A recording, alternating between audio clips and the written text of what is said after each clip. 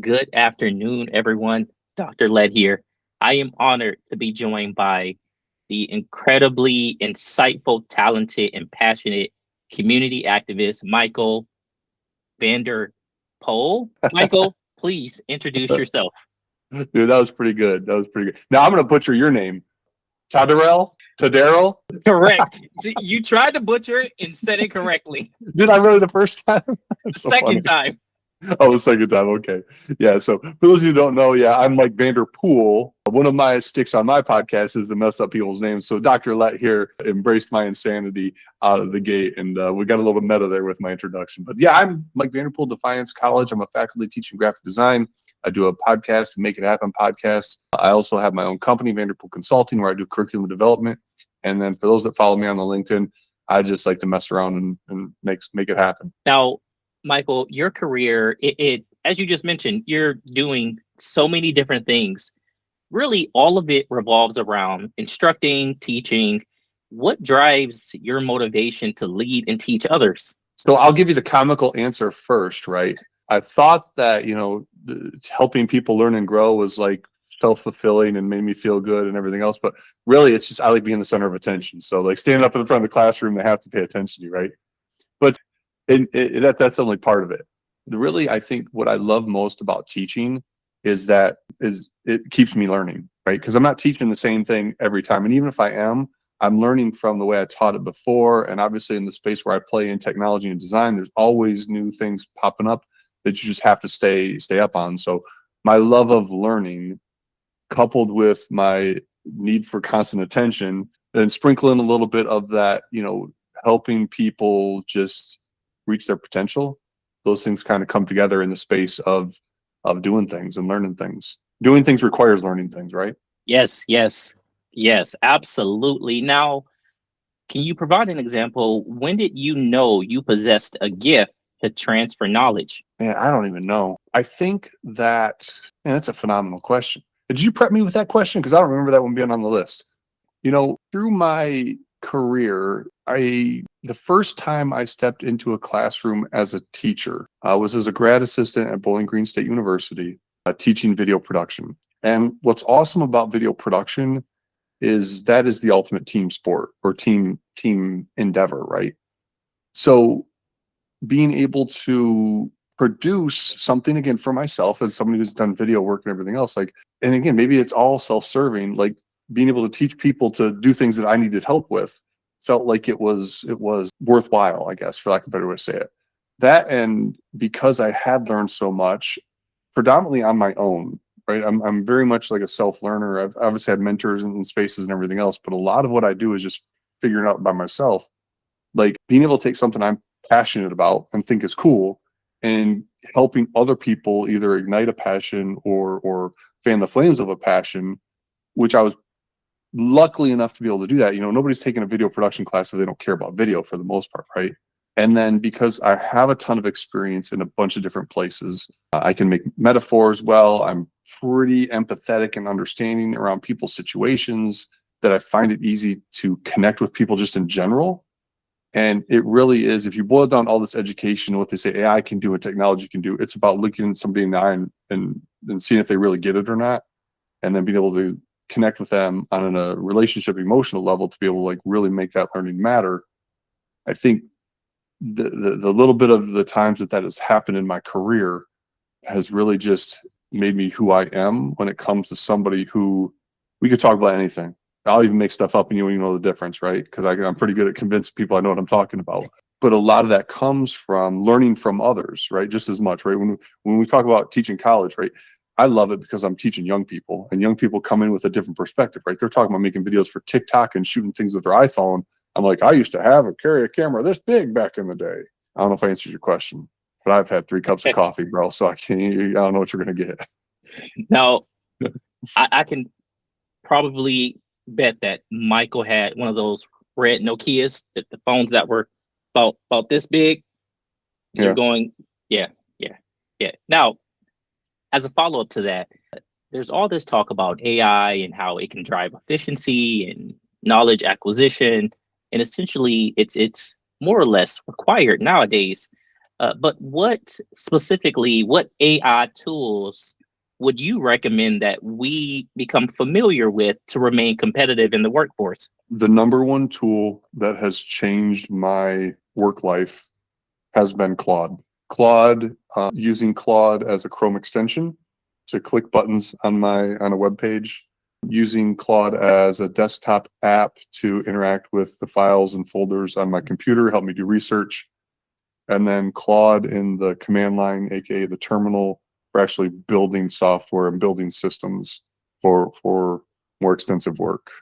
Yeah, if you're going to invest $20 into anything right now as a beginner, I think that Claude is where I'd invest that money. Yes, yes. So for everyone watching, please check out Claude, become familiar with it. If you would like to learn how to utilize it, become familiar with how it can benefit you in remaining competitive in the workforce, I will put Michael's contact information in the description. Please reach out. He loves having these conversations. We spent a good portion before the interview really diving into so many different topics. Of course, AI was one of those topics. Now, I do want, I do want to put a little thing on there, right? So don't don't feel like you have to follow all the AI everything, right? I've got some friends, Justin Bodery, how you doing? He's this model, that model, this model. Folks, don't even worry about it, right? Just go with, if you're using ChatGPT, that's sweet. You can stick with ChatGPT.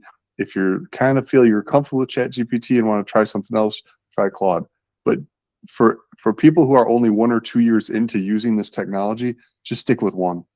The difference between what they can do isn't going to be enough to really truly impact your day. You'll find yourself potentially tool hopping, which I'm going to argue is not good for the masses who really just need to lock in and have a solid understanding of what AI is, what it can do, and how it can fit into your workflow or your life flow, whatever it is. That's going to be more important than just trying to chase the hottest model.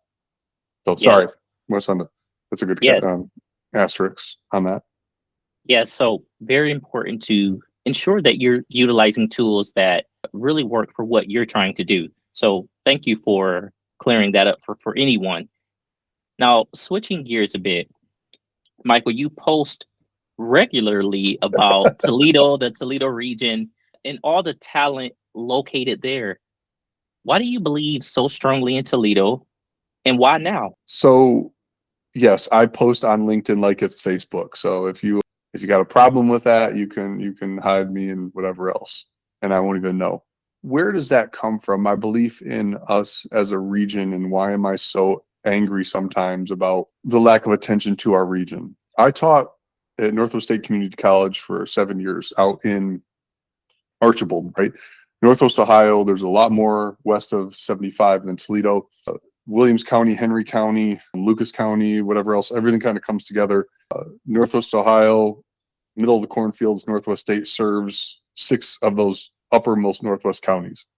I taught visual communication, graphic design there for 7 years, and the amount of talent that we have is insane. What we don't have is the opportunity for that talent to demonstrate itself within meaningful work that it wants to do. I would have conversations with folks in industry. I'd go to some of the job fairs that we have, and I'd say, hey, these folks, I've got visual communication, graphic design folks. And they're like, oh, we don't need that. We already have flyers. We already have business cards. And I'm like, you have no clue what I'm actually teaching these people, because the words are silly and the words. Anyway, what happened then is I switched kind of how I was teaching to be more about creative problem solving, with graphic design being a tool that you would use to work through taking an idea and turn it into reality, which is what I'm going to argue, the workforce requires, and providing and making those opportunities for our young people to have stories to tell at an interview, right? Again, spent 7 years out there. I end up doing some work here in the downtown Toledo for a company that was doing some tech training. I saw some of the talent that we have downtown, or just, in the more less rural parts of Northwest Ohio. And there's just an ton of talent. Can I swear? Can I imply swearing on your channel? Absolutely. And that was for freak. There's a freak ton of talent here that just needs the opportunity to show out. And we don't necessarily have the systems in place to do that. We'll send money to Columbus or to Dayton to hire people who are taking our we're sending our students to Columbus so we can hire that company in Columbus that's employing them to do the work. So we're exporting our brains, we're exporting our money. And it's just the dumbest freaking thing I've ever seen when it comes to a region that wants to grow. And it doesn't take a lot in order for us to support this young talent, other than we are going to support this young talent. And the day I can say, somebody that comes to me with an idea or wants to do something in tech, and I don't have to tell them, hey, go to Columbus, that's when we're finally winning. We're not there yet, because there's still people that come to me like, what do you want me to do? I'm 20, I got this idea, I got this energy, and I'm like, go to Columbus right now, because that's just the reality. I can't lie to a kid whose future's on the line. Yes, yes, absolutely. And that's extremely unfortunate. And as someone that spent a significant portion of my adult life in Northwest Ohio, Toledo, the talent is there. Great institutions, great people, talented. There are people that care. Often, unfortunately, and this isn't specific just to Toledo, but sometimes people may operate in silos, that there are 10 people doing the same thing, where if they were to pool resources, it can make a much larger impact. Now, Yeah, for sure. Amen. Michael, you recently suggested that the number one problem that people have is finding people that want to buy what you have. Oh, for startups. Yeah.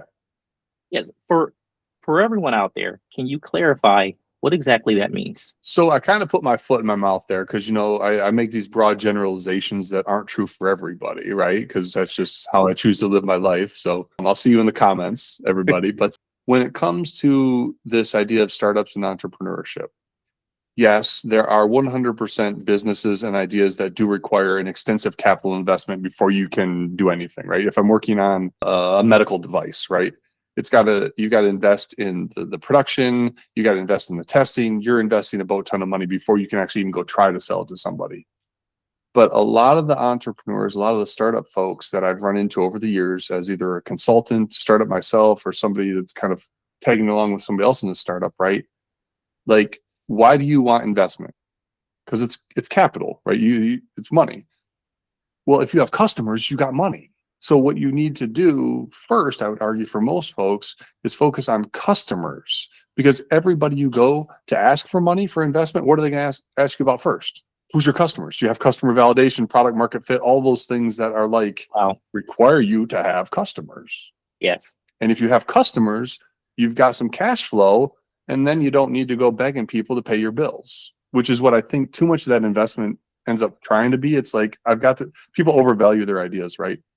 I've got this idea. It's a multi-million-dollar idea. I just need somebody to pay my rent for 6 months and I'm going to be rich. I'm sorry. That's not how it works. That's not how it works. People think that money is going to shortcut the system. And in those type of scenarios, it won't. And I'd argue it honestly makes it worse, because it makes you lazy. Yes. And the reason I loved asking that question and that response is because it leads into this. And now, listen, Michael is aware that I'm a huge fan of a lot of the things that he will post are things that, for lack of better wording, a lot of people don't or can't say. And so there are things that we need to read this. We need to hear this. And so this space right now is an opportunity for you to get inside of Michael's brain for a moment. And now, Michael, explain this. And it's a quote: accountability isn't an attack. Transparency shouldn't be treated like rebellion. Now, with funding sources becoming limited, donors requesting the ROI, what advice would you give to organizations fighting for the same pool of funds while remaining committed to serving, their mission? If you're not telling your story, somebody's going to tell it for you.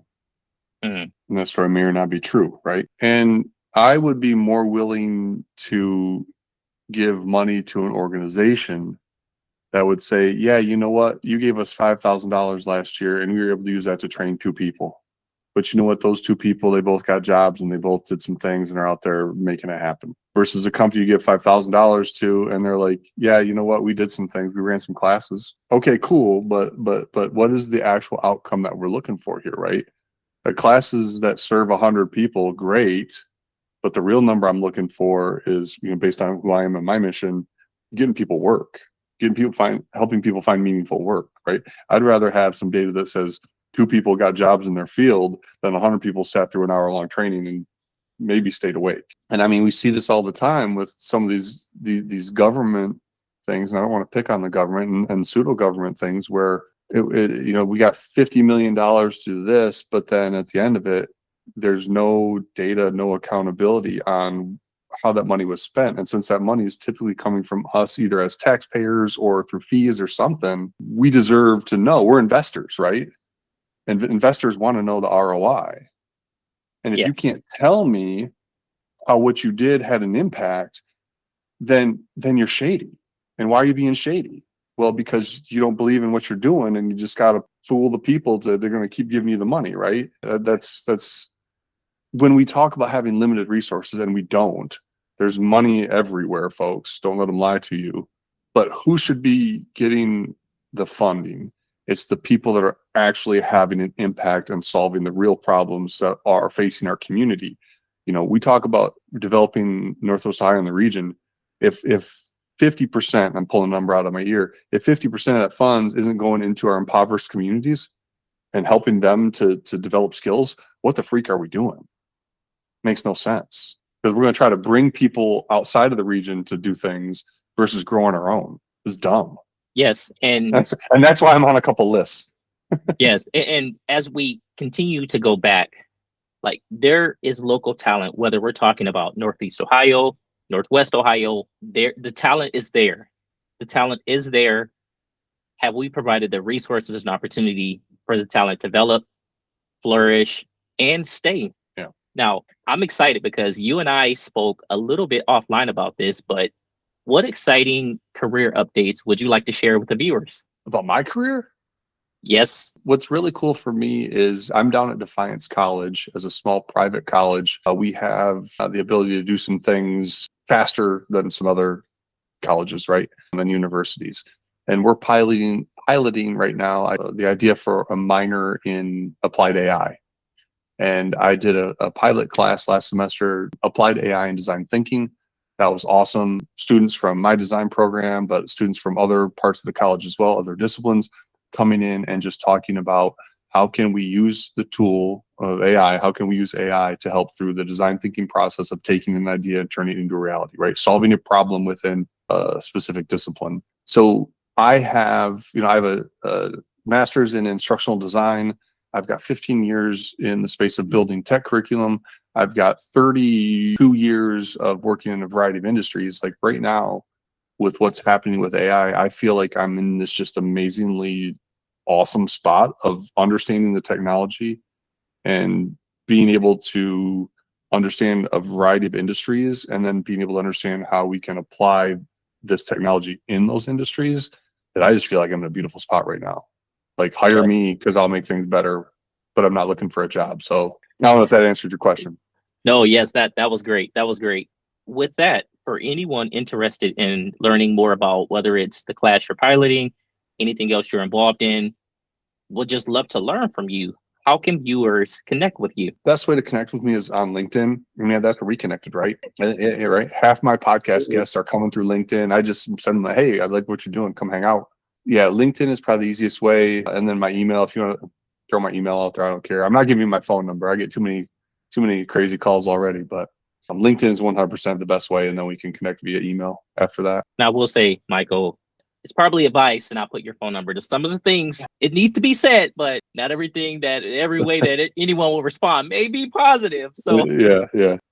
Now, what I found though is like, so I'm loud and I'm obnoxious, and sometimes I say stuff, and sometimes I should probably delete posts. But like, if we can't have an honest conversation about some of these things, even when we do get a little hot with it, what the freak are we even doing? It's our future, and if we're not willing to have hard conversations, what are we doing? Yes. Now, I will say, anyone watching this, Michael is committed to the Toledo region, Northwest Ohio. He absolutely, and beyond using words that indicate his level of commitment, he's doing things that shows he's dedicated with his actions. So really use this interview, whether you're trying to make an impact in Northwest Ohio or in your community, use this interview as a starting point to say, I can make an impact. So it doesn't matter where you think you're at, just start. Can I make, I gotta say something though. If you don't, can I get another Yes. 30 seconds? Because I've had students do this. You can't show up and just be me. Like there was a lot of failure and a lot of learning along the way, right? And when was I able to actually turn and have my own voice and have it at least be heard and considered, right? It was when I started showing up just like you're doing, showing up and listening to other people and understanding their perspective and their concerns, because you do have to work with other people. You have to work with other people who almost always everybody's initial response when to a new idea is to say no because it means more work for them, right? So what you have to do if you want to have an impact, show up first. And even if you have the most beautiful idea in the room, listen to other people and understand where they're coming from and how what they're doing can be impacted. So when you present your idea and your solution, you're able to make it easier for people to say yes because you've considered how the impact might be for them, right? You've got young, good energy. You've got really good ideas. If you come in like a bull in a china shop and just start posting and ranting like I do and saying some things that maybe probably get you on a list somewhere, you're going to have less of an impact than if you show up first, like Stephen Covey, right? Seek first to understand. Because are you talking to the right person? Number one, is the organization you're trying to get money from, is what you have aligned with what they would support? And then understand too, like you're going to run into obstacles, and those obstacles don't have to be aired in public. Sometimes you just stick and Yes. move, right? Like sometimes you're just like, okay, cool, I tried, and you know what? I'm not going to beat my head against this wall. I'm going to go try to open another door. Yes. That's Yes. it. Okay. So Thank you. So, Michael, yeah. now I will say this has been incredible. It's been insightful. It's been one where you have been honest, right? You really don't want anyone watching this to misunderstand how to utilize AI, how their impact may look different than yours, right? But it doesn't Mhm. mean that they can't make an impact. And with all of what was shared in this interview, because Michael has dropped so many gems for everyone, we are going to do a part two. I'm saying that aloud now. Because this has Okay. been incredible. We haven't scratched the surface of Michael's impact and really things that the world should know. Now, Michael, with that, in closing, what takeaways from this interview should viewers leave with? What we do as podcast hosts is, I think, what we need to do as people who want to be leaders in general. And I think that's everybody, right? We want to lead in certain spaces, making room for other people to speak and making sure other people are heard. You want to walk into a space and you want to command the respect and trust of other people. You should have a level of awareness that goes beyond just your needs. Look at the people around you at the table who hasn't had a chance to speak. Make sure that person has the opportunity to speak, because everybody sitting in that room has a valid perspective and into the proposed solution or what's going on. I talk a lot, right? Like this is the nature of the beast. I have had to learn and develop the skill of making room for other people to speak. And the podcast I do, the podcast that you do, is exactly that. And I have, in the past 2 years, year and a half since doing my own podcast, I've had more success and more connections and more people wanting to help me just because I shut the freak up. Wow. No, Michael, I thank you. And I will say that this has been an opportunity for me, and doing this in this relatively short period of time, I have loved learning from each and every guest because it allows me, not only am I interviewing them, sharing their story with all of you and all the amazing, incredible things they're doing within their community, but I'm learning right along with you. So any viewer out there, Mhm. I'm also just as much of a student as you are. I take notes. I really put a lot of work into my craft Mhm. because I want to learn first. And then let's figure out how we can collaborate, make our communities better. While I'm in Northeast Ohio, Michael's in Northwest Ohio. Listen, we still believe in supporting our communities at the end of the day. So that doesn't mean that we can't make impacts collectively, pool resources, all things considered. Michael, this has truly been an honor. Thank you. And I really appreciate all the insights you've shared with anyone that may watch this. Thank you for having me. This is awesome. Appreciate the time. Appreciate the conversation. go out there and make it happen.